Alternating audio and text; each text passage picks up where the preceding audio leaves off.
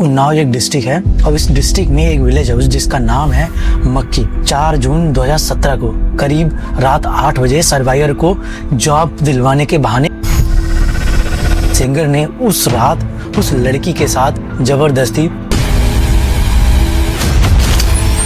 डर इतना था कि महीनों तक ये बात 4 दीवारों के अंदर ही छुपी रह गई।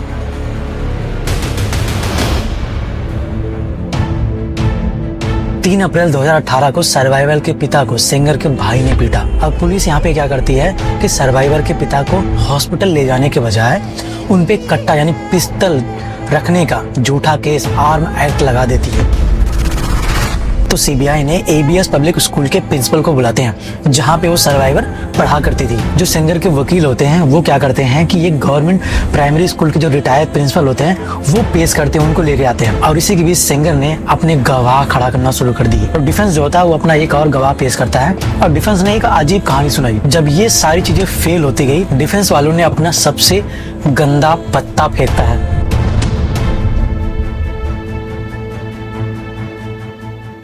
देखिए यहाँ पे जितनी भी चीजें मैं बात करूंगा वो सीबीआई के एफआईआर और चार्जशीट फाइल जो हुई थी उसके बेसिस पे और कोर्ट के ट्रायल के बेसिस पे सारा जो डेटा है मैं उसके हिसाब से बताने की कोशिश करूंगा। यहाँ मैं अपने मन से कुछ भी नहीं बता रहा हूँ, जो भी सारी चीजें इन्फॉर्मेशन है वो मैं डिस्क्रिप्शन में शेयर कर दूंगा, आप वहां से पढ़ लेना। तो होता क्या है कि उन्नाव एक डिस्ट्रिक्ट है और इस डिस्ट्रिक्ट में एक विलेज है जिसका नाम है मक्की। और इस मक्की विलेज में पूरी चीजें घूमती है, आप इस चीज को पॉइंट की तरह मान के चल सकते हो। तो जो मक्की विलेज होता है इसी के अंदर ही वो सारी घटनाएं घटित होती हैं। तो इन्हीं सारी घटनाओं के बारे में मैं आज इस वीडियो में बात करने वाला हूँ।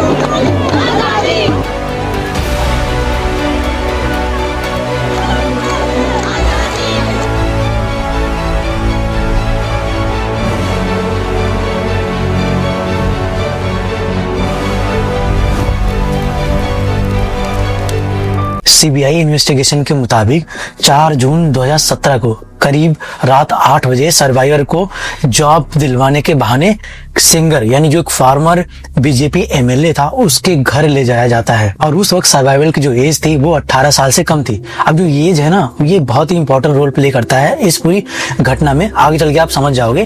तो यानी वो एक माइनर लड़की थी, तो सिंगर के घर उसे ले जाया जाता है। आरोप ये है कि सिंगर ने उस रात उस लड़की के साथ जबरदस्ती रेप किया था। लेकिन पुलिस स्टेशन में कोई भी शोर नहीं मचा। क्यों? क्योंकि सीबीआई की इन्वेस्टिगेशन में ये पता चला कि सर्वाइवर को धमकी दी गई थी कि अगर उसने एफआईआर कराने की कोशिश की गई तो उसके परिवार वालों को जान से मार दिया जाएगा। ये सर्वाइवर का पूरा स्टेटमेंट था। डर इतना था कि महीनों तक ये बात 4 दीवारों के अंदर ही छुपी रह गई। जब सर्वाइवर ने हिम्मत करके अपने अंकल को बताया तब उनके अंकल उसे पुलिस स्टेशन, जो मक्खी पुलिस स्टेशन है, वहां ले जाते हैं।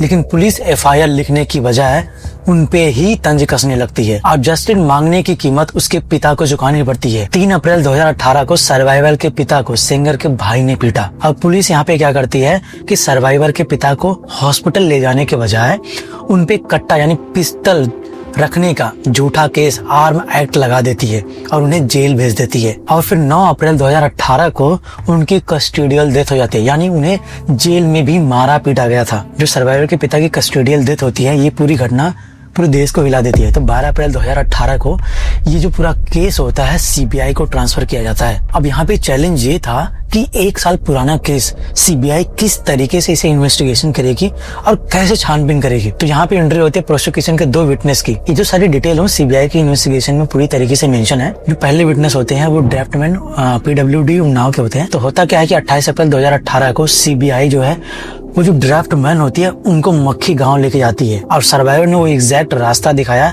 जहां पे उसके साथ वो घटना घटी थी। तो आगे चल के जो ये ड्राफ्ट मैन होते हैं पीडब्ल्यूडी उन्नाव के, ये कोर्ट में गवाही भी बनते हैं। और जो दूसरा विटनेस होते हैं वो है विलेज पंचायत के ऑफिसर होते हैं और ये उस वक्त मौजूद होते हैं और ये कंफर्म करते हैं कि ये जो नक्शा बना था उनकी प्रेजेंस में बना था। और साथ ही मक्खी गांव के हाउस नंबर्स 655 to 928 तक फैमिली रजिस्टर सीबीआई को सौंप देते हैं, जिससे ये साबित हुआ कि एक्यूज्ड और विक्टिम जो थे वो पड़ोसी थे और एक्सेस पॉसिबल था।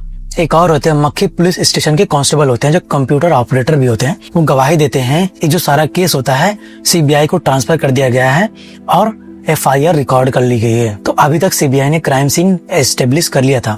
तो घर का वो पिछला हिस्सा जहाँ पे उस सर्वाइवर को ले जाया गया था और उसके साथ जबरन रेप किया गया था, और वहां पे एक बताया जाता है कि वहां पे कोई भी सिक्योरिटी गार्ड प्रेजेंट नहीं होते हैं। लेकिन अभी भी सबसे बड़ी जो लड़ाई थी वो थी एज डिटर्मिनेशन की। अगर सर्वाइवर 18 साल से कम है तो पोक्सो एक्ट लगेगा, अगर 18 साल से ज्यादा है तो केस वीक भी हो सकता है। तो यहाँ पे सीबीआई ने पूरी डॉक्यूमेंट्री पे पूरा फोकस किया, जो पूरा केस था उस पर पूरा फोकस किया। तो देखो पोक्सो एक्ट क्या होता है कि अगर लड़की 18 साल से कम है और उसके साथ कुछ गलत होता है, जैसे रेप बड़े क्राइम चीज होती हैं, कुछ घटना होती है, तो उस पे बिना इन्वेस्टिगेशन के एफआईआर तुरंत की जाती है।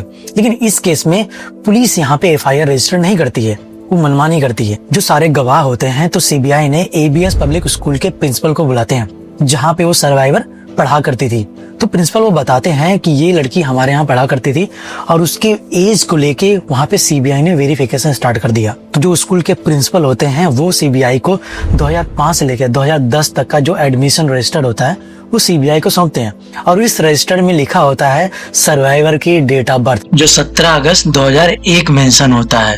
ये पूरा जो डिटेल है आप समझो, तो जो ये डेट ऑफ बर्थ है यानी उस घटना के हिसाब से सर्वाइवर की जो उम्र थी यानी 15 साल का कैलकुलेट करके दिखाया जाता है। तो इस बात को कंफर्म करने के लिए वहाँ के एक टीचर को भी बुलाया जाता है, जो कि वो कंफर्म भी करते हैं कि जो एंट्री थी वो उन्होंने अपने हाथों से एंट्री की थी सर्वाइवर की डेट ऑफ बर्थ को। और सर्वाइवर के जो नाना होते हैं, मामा होते हैं, वो भी कोर्ट में गवाही देते हैं कि जो सर्वाइवर थी उनके घर ही रहती थी, उनके घर से ही वो स्कूल जाया करती थी। अब यहाँ पे जो डिफेंस वाले थे यानी जो सिंगर के तरफ से लोग थे, जो उनके वकील भी थे, वो क्या करते हैं, वो कहते हैं कि जो स्कूल का जो डेटा है वो झूठा है। जो सिंगर के वकील होते हैं वो क्या करते हैं कि ये गवर्नमेंट प्राइमरी स्कूल के जो रिटायर्ड प्रिंसिपल होते हैं वो पेश करते हैं, उनको लेके आते हैं। और जो रिटायर्ड प्रिंसिपल होते हैं वो बताते हैं कि जो सर्वाइवर थी उनके स्कूल में पढ़ी थी और उसका जो डेट ऑफ बर्थ था वो 5 जुलाई 1998 था। तो अगर ये एज सच होता तो इस घटना के हिसाब से सर्वाइवर की जो एज होती वो 19 साल की होती। तो यहाँ पे सीबीआई रुकती नहीं है, एज का वेरिफिकेशन करने के लिए वो क्या करती है कि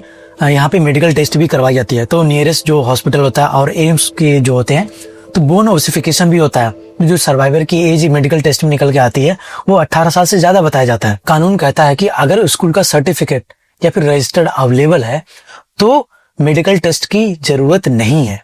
कोर्ट और सीबीआई ने यहाँ पे सर्वाइवर की तरफ से जो सारे एविडेंसेस पेश किए गए थे उसी को ही वैलिड माना और बाकी जो डिफेंस वालों ने पेश किए थे उन्हें रिजेक्ट कर दिया गया। और यहाँ पे जो सर्वाइवर थी वो कंफर्म की जाती है कि सी वॉज अ माइनर।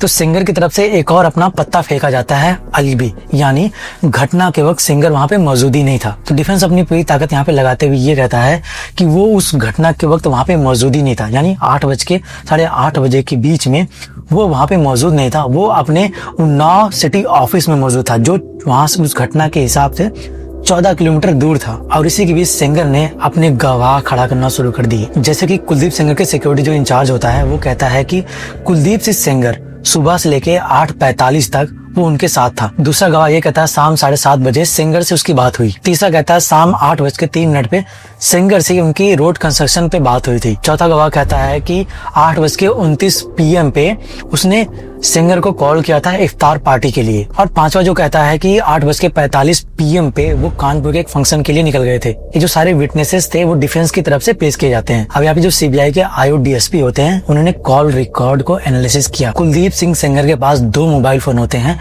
आईफोन और एक सैमसंग होता है। डिफेंस का आर्गुमेंट था कि 8:30 PM पे टावर का लोकेशन सिटी ऑफिस दिखा रहा था। अगर क्राइम 8 बजे हुआ तो कोई इंसान 53 सेकंड में 14 किलोमीटर दूर कैसे जा सकता है। लेकिन कोर्ट ने आर्गुमेंट को रिजेक्ट करते हुए ये कहा कि मोबाइल टावर की लोकेशन एग्जैक्ट पिन पॉइंट नहीं होती है। ऐसा हो सकता है कि मोबाइल वहां थी पर वो इंसान वहां पे नहीं था। अब कोर्ट यहाँ पे सेंगर के जो खास आदमी लोग होते जो जिन्होंने गवाही दी थी उनको कोर्ट झूठा बताती है, क्योंकि उन्हें सिर्फ वो घटनाएं सिर्फ 4 जून की याद थी, बाकी दिनों की उन्हें याद नहीं थी। तो यहाँ पे अलीबी फेल हो गई। डिफेंस वालों ने अपना यहाँ पे तीसरा पत्ता फेंका। उनकी थ्योरी ये कह रही थी, उनका कहना था कि जो सर्वाइवर थे उसके पास एक फोन था और वो उस वक्त किसी से बात कर रही थी। तो डिफेंस जो होता है वो अपना एक और गवाह पेश करता है और डिफेंस ने एक अजीब कहानी सुनाई। वो कहता है कि जिस सिम से सर्वाइवर ने कॉल किया था वो सिम मेरे बेटी प्रिया के नाम से है।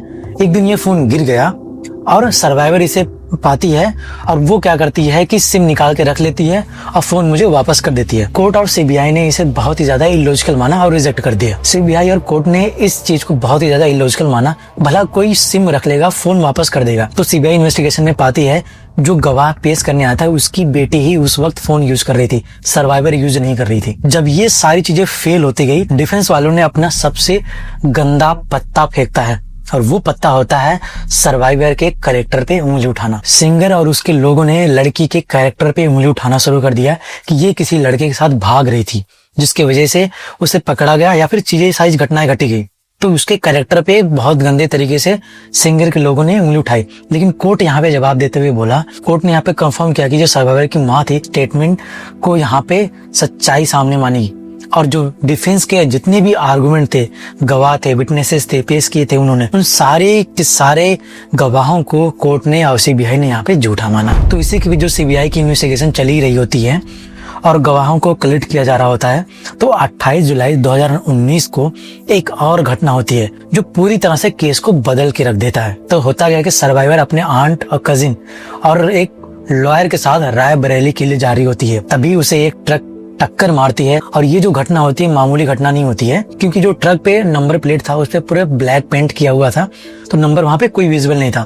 और जो ड्राइवर था वो पकड़े जाने के बाद उस पे कई चार्जेस भी पाए गए थे, यानी वो एक तरह से क्रिमिनल भी था। इस घटना के बाद सुप्रीम कोर्ट ने खुद संज्ञान लिया। चीफ जस्टिस ऑफ इंडिया ने ये महसूस किया कि उत्तर प्रदेश में ये जो केस है पूरी तरीके से फेयर ट्रायल के बेसिस पे नहीं चल सकता, इसलिए वो ऑर्डर देते हैं कि जल्द से जल्द ये जो केस है लखनऊ से उन्हें दिल्ली शिफ्ट किया जाए और सर्वाइवर को अच्छा सा उन्हें ट्रीटमेंट दिया जाए, क्योंकि उस ट्रक इंसिडेंट में सारे लोग मर जाते हैं, सिर्फ वो सर्वाइवर ही बच पाती है। कोर्ट आदेश देती है कि इन्हें जल्द से जल्द एक अच्छे हॉस्पिटल यानी दिल्ली एम्स में इन्हें एडमिट किया जाए और अच्छा सा ट्रीटमेंट भी दिया जाए। और ये जो पूरा केस चलता है दिल्ली के 30 हजारी कोर्ट में चलता है। अब कोर्ट यहाँ पे सारे एविडेंसेस को एनालिसिस करने के बाद कुलदीप सिंह सेंगर को लाइफ इम्प्रिजनमेंट की सजा सुनाती है और साथ ही सर्वाइवल के पिता की कस्टोडियल डेथ का जिम्मेदार भी कुलदीप सिंह सेंगर को ठहराया जाता है और उसकी जो सजा अलग से 10 साल लगाई जाती है। अब आते हैं 23 दिसंबर 2025 पे, जो अभी करंट सिनारियो चला है। तो क्या होता है कि दिल्ली कोर्ट ने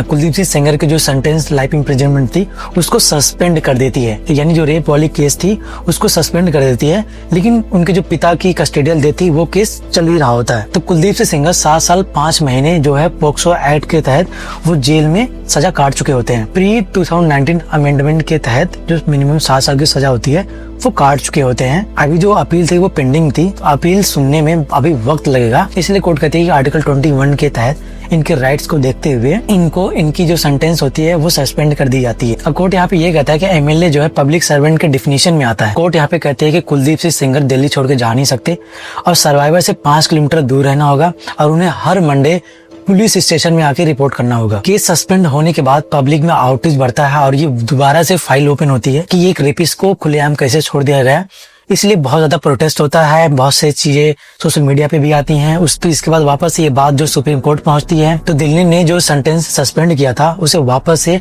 सुप्रीम कोर्ट क्या करती है, रिजेक्ट करके उसे वापस से जेल में डाल देती है। तो कुलदीप सिंह सेंगर को वापस से लाइफ इम्प्रिजनमेंट में डाल दिया जाता है। अभी भी डिफेंस की तरफ से ये बहुत सारा ओपिनियन डाला जाता है, रेपिस्ट के समर्थन में बहुत सारे लोग प्रोटेस्ट करने उतर रहे हैं। अब सोशल मीडिया पे बहुत सारी आउटरीच चीजें बढ़ रही हैं। जो लोग कुलदीप सिंह सेंगर के समर्थन में प्रोटेस्ट कर रहे हैं वो इस बात को समझ नहीं पा रहे हैं कन्विक्टेड का मतलब क्या होता है, यानी उसके अगेंस्ट जितने भी एविडेंसेस पेश किए गए थे, यानी ये सारे के सारे सीबीआई के इन्वेस्टिगेशन में प्रूवन हुए हैं। और अभी भी सोशल मीडिया पे बहुत सारे अलग अलग लोगों की प्रतिक्रिया आती रहती है। कोई कहता है कि ये है, कोई कहता है कि निर्दोष है, कोई कह रहा है कि फंसाया जा रहा है। पर ये जो पूरा मामला घटित हुआ है, सीबीआई की इन्वेस्टिगेशन हुई है, ये पूरी की पूरी ये जो इन्वेस्टिगेशन हुई है ये पूरी की पूरी सबूत के बेसिस पे हुई है। तो सेम चीजें जो हुआ था आसाराम के केस में हुआ था और ये सारी चीजें इस कुलदीप सिंह सेंगर के केस में भी हुआ है। लेकिन जो इनके समर्थक होते हैं, ब्लाइंड फॉलो करने वाले लोग होते हैं, ब्लाइंड फेथ वाले होते हैं, वो इस बात को मानने को तैयार भी नहीं होते हैं। आप ऐसे बहुत सारी वीडियोस देख रहे होंगे कि उस गांव के जो मक्खी विलेज के जो गांव के लोग हैं वहां आप उनकी वीडियोस देखोगे तो लोग अभी भी कुलदीप सिंह सेंगर को भगवान की तरह मान रहे हैं। लोग सपोर्ट कर रहे हैं कि कह रहे हैं ऐसा हो ही नहीं सकता। लोग अभी भी लड़की के कैरेक्टर पे उंगलियां उठाए जा रहे हैं। तो ये जो सोच है लोगों की, अब वो इस बात को समझ नहीं पा रहे हैं कि कन्विक्टेड का मतलब क्या होता है। यानी वो पूरे सीबीआई की इन्वेस्टिगेशन में प्रूवन होता है, यानी ये जो व्यक्ति है ये पूरी तरीके से दोषी पाया गया है, इसलिए इसे सजा सुनाई गई है।